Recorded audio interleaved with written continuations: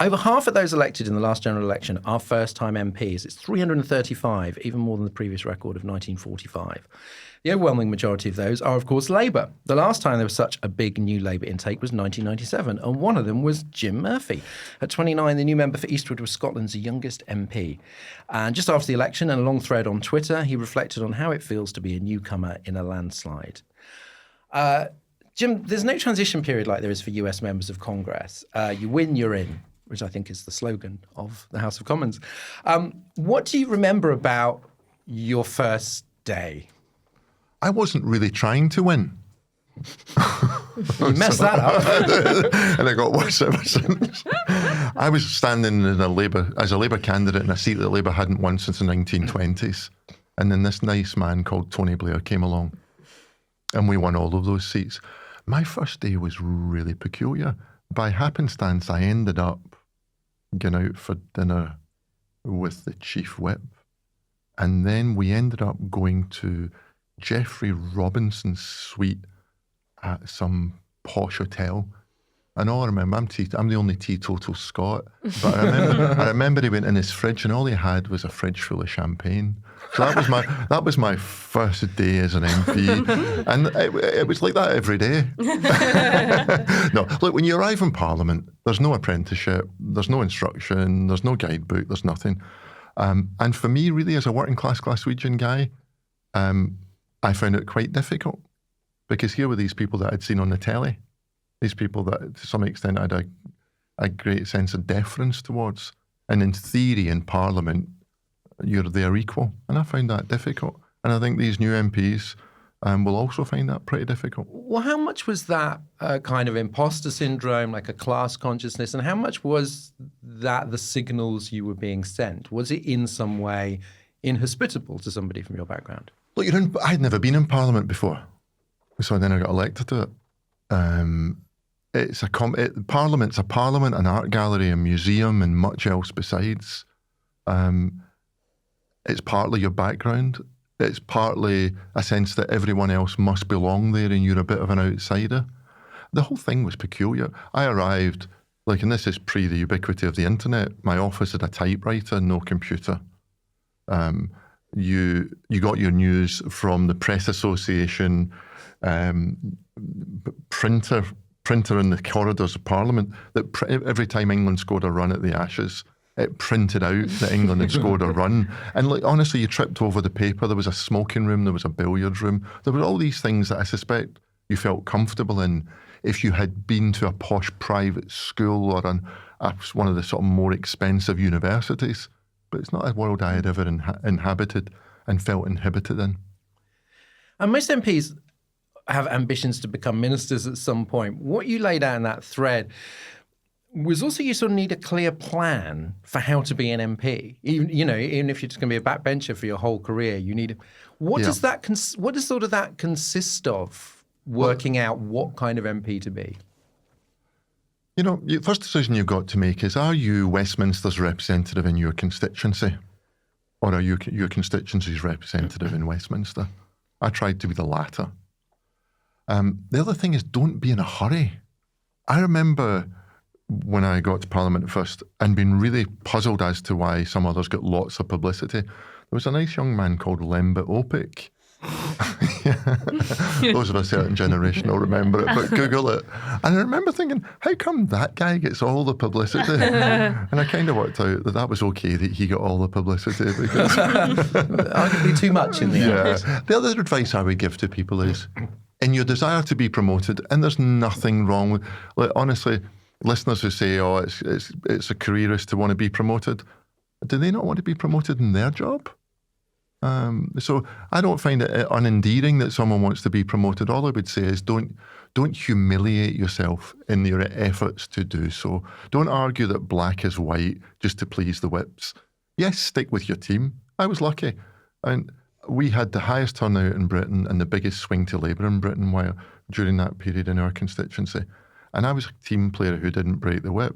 So you can do that. But I know there's a culture in Westminster that if you stick with the team, you're dull. If you stick with the team, you lack colour. But there's ways of actually making your mark. So my advice would be decide on some priorities, Don't be like a dog chasing every car that drives by. Don't follow every cultural zeitgeist. Have some priorities, stick to them, and then deliver them. And is there a cost of being too obviously ambitious? Because I can think of some very prominent MPs who reportedly don't have that many friends in the House because all you can see is the ambition. And you write in that thread about actually sort of listening and learning and maybe talking to some of the kind of the elders of the House and seeing what you can sort of pick up. So if you do have ambition, is it best to sort of like sand off the edges a bit? Yeah, so one of my... Everyone hopefully has regrets in their life. One of my big regrets in my time in Parliament is I spoke, and I'm doing it again now, I spoke more than I listened. And shut up. Jesus Christ, man. Well, I mean, it wouldn't be much of a bloody podcast if we all just sat and listened. There'd be nothing, none of us would be speaking. But when I arrived, I mean, I didn't agree with all these people, but Ted Heath was still there. I should have said to that nice man, what was it like in the 70s when you were Prime Minister? I should have asked him for a cup of tea. I'm sure he would have agreed to it. There were others. I mean, Ian Paisley, Senior. I'm a Glasgow Catholic. My family wouldn't find much in common with Ian Paisley, but I should have sat and listened to him because he was on a journey at that time. He had gone from no surrender, home rule is Rome rule and all that sort of crazy stuff towards a power sharing arrangement. He was in the early stages of that.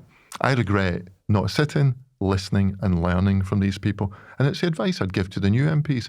Sure, it's not Ted Heath. Sure, it's not Ian Paisley. But there'll be more long-established people with great careers in the Commons and the Lords that they can learn from. So before you move from speaking to listening to the Ted Heath and Ian Paisley of this podcast, Who would you rather be? Someone asked recently why there were no rules about how much time an MP had to spend, in their constituency or in the House. And basically the only corrective is the next election, that if your constituents don't think you're doing a good job, then, 5 years down the line, they'll get rid of you. But do you think that are the job expectations almost too vague, that it is very possible to be an absolutely appalling MP with no sort of punishment until the next election? It is possible to hide. It is possible to escape scrutiny. The other problem is there aren't enough hours in the day to do all the things that you're meant to do. There just aren't. And you will piss some people off. Now, maybe I sound like a has-been when I say this, but I would say to people, spend more time in the chamber of the House of Commons than you do on Twitter. Because you'll learn more in the chamber of the House of Commons and it'll save you. Because I can think of twice in my career, there's no point in getting into, when the fact that I had spent some time in the chamber, listening, debating, getting to know things, stopped me from having to resign. Wow. And if I hadn't spent some time, and it was advice that Jack Straw gave me when I arrived, and I think he had got that advice from others a generation before. Spend time in the chamber, learning to debate, because Parliament is meant to be about the passion, the ideas and the debates. Marie, you interviewed new MPs for your excellent book, Haven't You Heard? What sort of challenges, frustrations did they speak about most often about, coming into that? Well, I think Jim mentioned a lot of them, but one of the things, which it is not the sexiest problem, but I think lots of people have no idea how to set up an office, and which I think is a reasonable, normal thing. If you've never been a manager in general, and B, if you've never had to hire anyone, it can be a bewildering thing, and especially I think now, and you saw it, I think, straight after the election, new MPs got elected, and on No Sleep, the first thing they did was post on Twitter saying, oh God, constituents, I know you clearly already have so many problems, but just please let me set up an email first and, get to Westminster. If you were up all night watching the election, the thought of being in that state of mind as an MP and then immediately having to go into your big new job was terrifying. I literally took days to recover. Anyway, that's just maybe an age, so hopefully some of them are younger than me. So I think, that from straight away, that you're going to have, especially now, so much correspondence from constituents and stuff like that. How do you set up an office? What kind of person do you hire? What kind of office do you even want to run? Like, some people will have bigger, some MPs will have like big Westminster offices and not that big, so like constituency offices, or vice versa, or have like one quite highly paid, very good person doing the bulk of the work, etc. It's not clear, to people when they come in, I think, to a lot of people, if they don't have that experience, how to do that. So I think A. B, I think, and that's one of the big themes in Haven't You Heard, I think, for people who've not worked in politics, they don't quite appreciate the extent to which you kind of spend your entire day talking to people. And especially, I think, obviously, I've never been an MP, but the sense I got is that there will always be about 25 people wanting to talk to you, ideally about 10 minutes ago. And I think, again, if you've never been in a job where you've kind of been overstimulated a lot, like that must be really overwhelming to come in and be like, oh God, yeah, I've got to have those meetings. And, constituents, other MPs, lobbyists will start getting in touch, about issues about your patch or national issues, etc. So I think just managing just all of that talking, and even events, I think, it's quite, and it was quite funny seeing like the first few events after the election. So kind of like in Parliament, around Parliament, because it's a boozy place, you'll be surprised to hear. And you just saw like these sways of like baby new MPs just being a bit like, oh God, and you could tell that was probably their 17th reception of the week because they kind of felt they couldn't say no to anything. So yeah, so like walking around with that warm white wine looking like they were zombies. So what have you found from speaking to the new intake so far? I think there's lots of stress and anxiety about getting things processed. So yes, obviously setting up your office, but also the fact that you have to get all that cleared by security and you have to get all that cleared by the Sergeant of Arms. So when you hire someone, they can't just turn up in Westminster the day you say, here's your job. You have to get them security checked. And then there's, setting up their email inbox, making sure they've got enough staff, as Marie said, figuring out where you want your staff to sit. If you have a constituency that is particularly, has particular problems and you feel like the bulk of your staff would be better placed there, that's something you have to figure out. And as you say, you get elected and then you start the next day and you have to get it all done very, very quickly. So when I've been speaking to new MPs, mostly they're just like, it's really chaotic trying to get everything sorted. I feel like I have to say this because I used to be a clerk. I feel like I have to give, yes, of course. I have to point out that the clerks do so much work to try now to make sure that there is a smooth transition for MPs. So there's a buddy system where if you are a clerk, and that I say clerk in a general terms, but it's also specialists and staff who work in the library and things like that. You can buddy up with an MP, a new MP on their first day. And that really depends on how the MP wants to treat you. They might really depend on you and be like, can you show me around where everything is? Can you tell me how it all works? Some of them swan and say, thank you very much, but I really don't need your help. Or actually, I've got a million things to think about. And the last thing I want to do is talk to you in the politest way possible. So yes, it's very frantic. There's lots of kind of stress and anxiety, but I feel like probably more is being put in now by parliamentary staff to smooth things over than maybe used to be. Right. So yeah, presumably a lot has changed since 1997, and not just regarding smoking and the internet. Is there a sense, you've been inside it on that side, the efforts are made to make it a better workplace, to settle people in? Are there just things that are being thought about now? Yeah, I think so. Obviously, this is a far more kind of diverse intake. I think women now make up 40.5% of the Commons, which is a big increase on 2019. And there's a record of 90 minority ethnic MPs. So you can imagine how this would factor into the Speaker and the Clerk of the House's decisions about what kind of services to prioritise. So particularly, there are a number of female MPs now who have recently had babies. And that was, Stella Creasy, I think, kind of spearheaded the idea of bringing her baby into work and into the chamber. And now the Speaker has, made a real effort to kind of set up a family room, make sure that women can bring in their babies. So the new Himburn MP, Sarah Smith, she started her first weeks in Parliament with her 4-month-old son, bringing him around in a little sort of papoose, which is, if you think about the level of stress we felt just getting over the election, imagine being an MP and bringing in your 4-month-old son. So there's lots of initiatives kind of in the works and having been processed for some time to try and make it a more diverse workplace. But there's still far more to do. I mean, they still sit very late into the night. As Marie said, there's lots of drinking on the parliamentary estate, lots of things going on, not in kind of working hours. So a lot of women and a lot of, I'm sure, minority MPs would argue that there's probably more to do to make it inclusive. But I think there's some good stuff in the works. Jim, you're an MP for 18 years, but some of the MPs who stood down this year had been there for a relatively short time. There were people that I was quite surprised were moving on.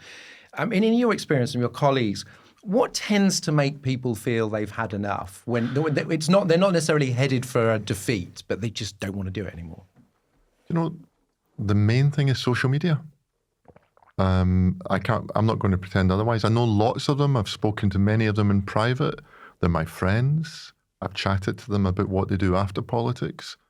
And the most common issue is social media. Many of them had a chance of being ministers. Very many of them would have been ministers in a government if they could have tolerated this sort of culture of politics in this country. But it's social media. And I know, because I advise others to do this, don't look at it. Post your thoughts and then sort of fire and forget. Just put your phone to the side. But you can't. It's impossible. I didn't do it when I was in politics. I shouldn't say this, but I read every single insult that people wrote about me in my tweets below. And this was during the independence stuff and everything else that went with it. And it's hateful, it's addictive, and it impacts your mental health.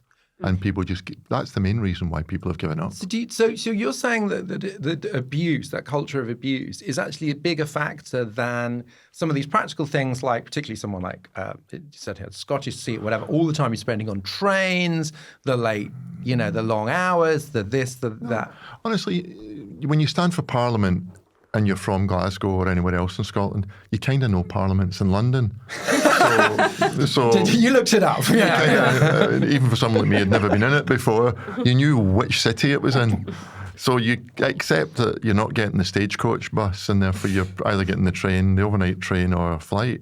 Now, the only, there are two surprises. It's just the all-encompassing nature of it.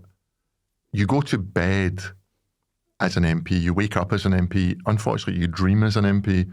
It's just all-consuming. Every part of your life is consumed.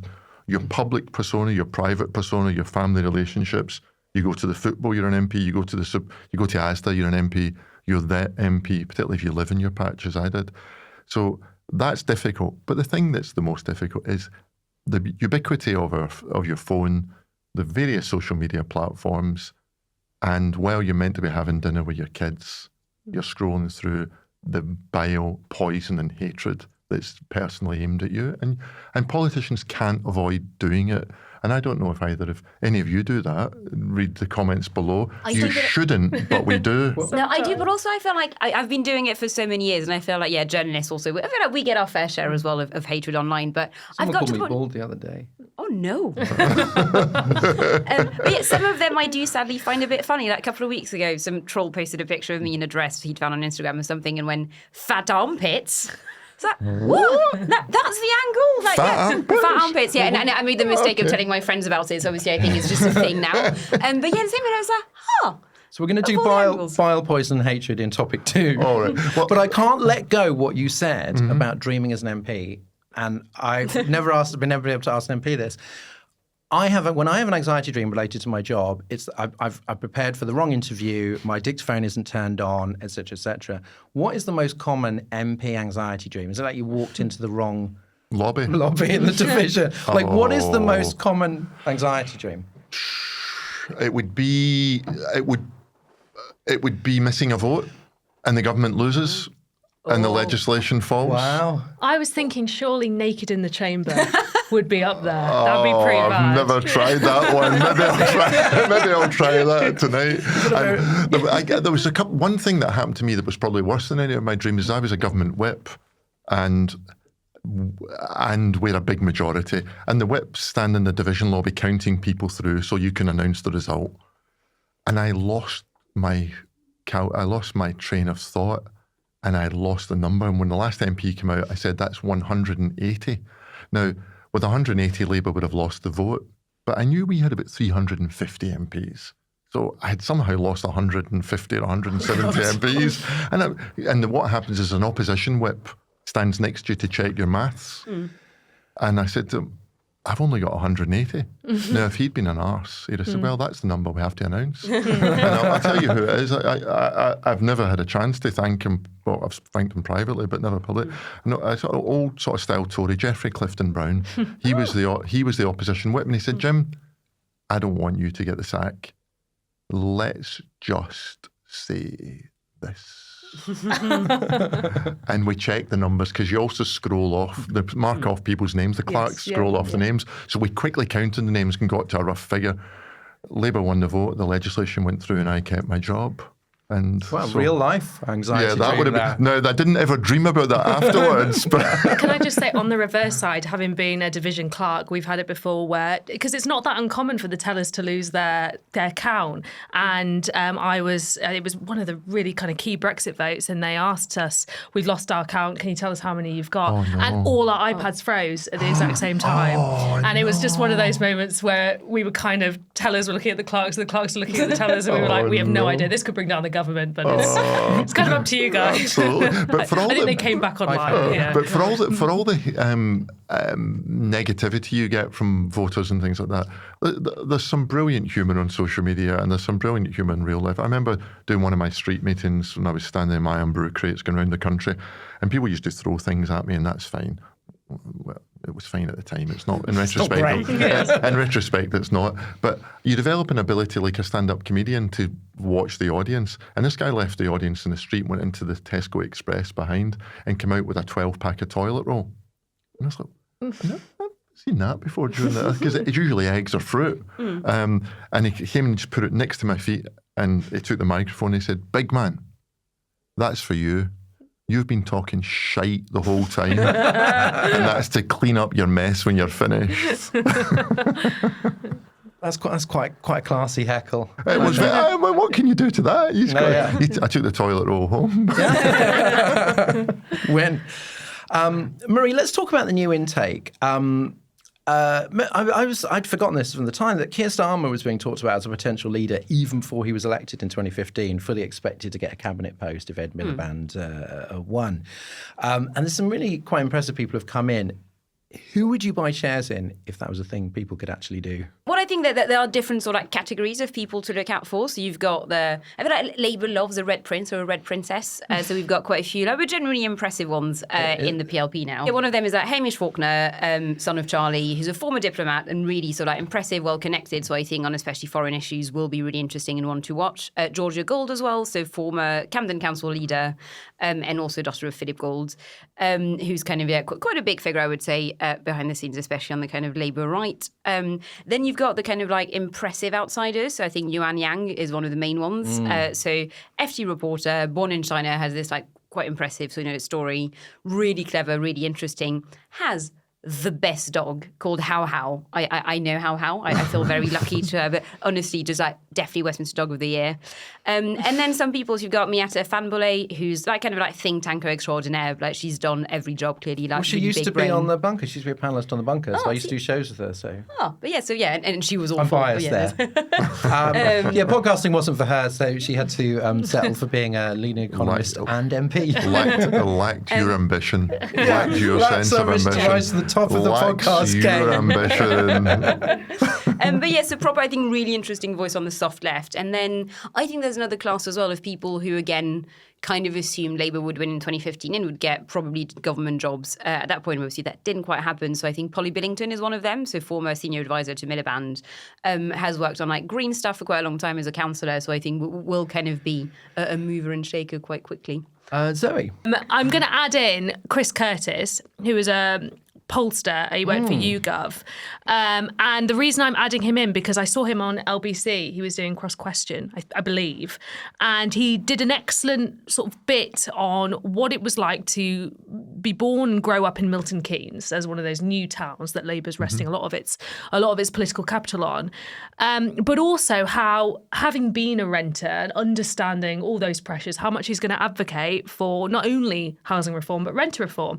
And it just really made me think, for so long we had a class of MPs who basically, the majority of them owned their own houses and didn't really know what it was like to be a kind of young person renting and having that insecure, all those issues that have really come to the fore in the last 10 years. So I'm going to add him in because I was quite impressed. And I'm sure you can find the clip on social media, but it was just a very convincing, bit on Labour's housing vision. And I'm also going to add in another Chris. I'm going to add in Chris Ward, who is a former advisor to Starmer and lobbyist, and he's already PPS to the Prime Minister.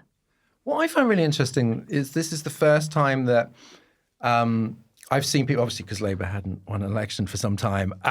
It's the first time I've seen people that I followed on Twitter and was aware of their work in other contexts. Obviously not just Miata, but people like Paul Waugh, the journalist, Torsten Bell from the Resolution Foundation, Chris the pollster, like you mentioned.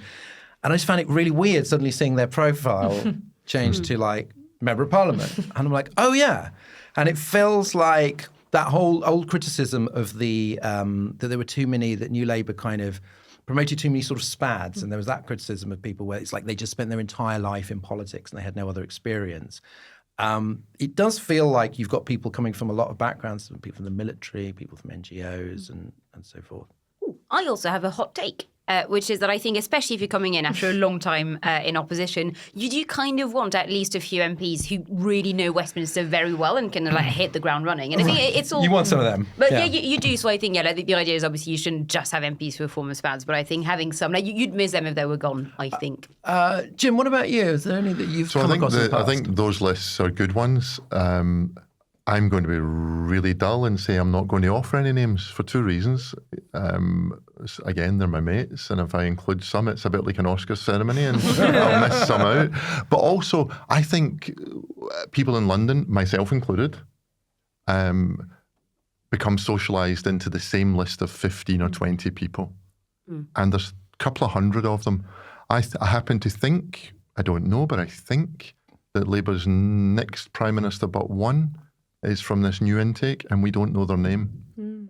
But I think in this, I mean, Zoe and Marie have got the great lists and everything else. But I think we tend to focus on the people who are London clubbable, who are predominantly middle class, who were known to the political elite before they became members of Parliament, and it becomes self-perpetuating. So I'm really hoping for a breakout star in one of England's northern cities or one of the Scottish towns and cities who no one in London has ever heard of, who every weekend goes back to the constituency, who doesn't hang around in London and go to polite dinner parties, that no one writes editorials about, and who can flourish. So I'm not going to name who it is. But I also think that in that intake last month, we've probably elected the next 3 Labour leaders. Interesting. And do you have any enemies in that intake? I'm in the Labour Party. What do you think? Well, talking of fractional rancour, Zoe, the Corbynite left complained with some justification about selection stitch-up, sort of choking off their next generation. And obviously, there were certain very divisive figures like Luke Akehurst on the right, sort of scourge of the left. But there's so many people, and they can't all be. They can't all be sort of firmly on the right. Some of those people we've named are definitely not. How diverse is the Labour intake? Are there people who are, if not socialist campaign groups, certainly people who are going to be bringing in more left-wing ideas? Well, I think, Labour did quite a thorough job of, checking that there wasn't anything in their candidates' profiles or, in their candidates' history that would be, incredibly kind of the left and might come back to haunt Starmer during the campaign. But you're completely right that there are a number of people who have been elected in that intake who are pretty left-leaning, especially economically. And I think what you get at the beginning is a lot of discipline, a lot of people very kind of grateful to be elected, getting their head around constituency work, don't have maybe the time or are a bit nervous about rocking the boat so early on. But as these people develop and kind of get into the swing of things, they might feel more comfortable talking about some of the ideas they might have had in the past or some of the things they really feel, or, pushing for more progressive policy in the Labour Party. And, you've still got that left-wing influence from some of those kind of old Labour figures as well. So you've got John McDonnell in there. You've still got that left influence in the government as well. You've got Rayner, Ed Miliband. So I think it's still there. It might feel a little bit dampened at the minute, but it's because the government's quite new. But I mean, the Labour Party is gonna be there and it's gonna come out. There's always going to be arguments inside the Labour Party. That's why we love them. Finally, it's not just Labour's show. Quickly, Marie, who's looking good in the opposition parties? I mean, I don't know actually how big the Tory intake is. I really actually have no idea how many new Tory MPs there are. No, weirdly, so I tried to look at that earlier, and it's really hard to find just a list of like the new Tory MPs, which is very annoying. I mean, I'll say so briefly. What about I think, a lot of Lib Dems? on the Lib Dems, I feel I have to talk about Ros Savage, A, because that's an amazing name, and B, also, she is the only woman who's ever rowed solo across the Atlantic, Pacific, and Indian Oceans. Absolutely. She Brilliant. holds 4 Guinness World Records for her sporting like triumphs, which is amazing. Like, and now she's just like, oh yeah, fine, board of the sea now. She's going to enter Parliament. So I think that's really cool. On the Tory side, I would say, I mean, there are some people who we kind of know, and I don't want to name Tick Nimothy being one of them. But I think Katie Lamb is a really interesting one. So she's one of those incredible people as well, where so she has been a VP at Goldman Sachs. She was a special advisor at the Home Office and in Number 10. She's worked in AI and also has written several award-winning musicals. And it's like that is just like, you know, and she's not that old. And it's like, how do you not sleep? So I think Katie Lamb will definitely be like an interesting sort of person to watch, which I think we've not seen tons from her yet because she's not a man, so she's not been just endlessly gobby on Twitter. Some of these people are making me feel like I've wasted my life, I have to say. I don't like this.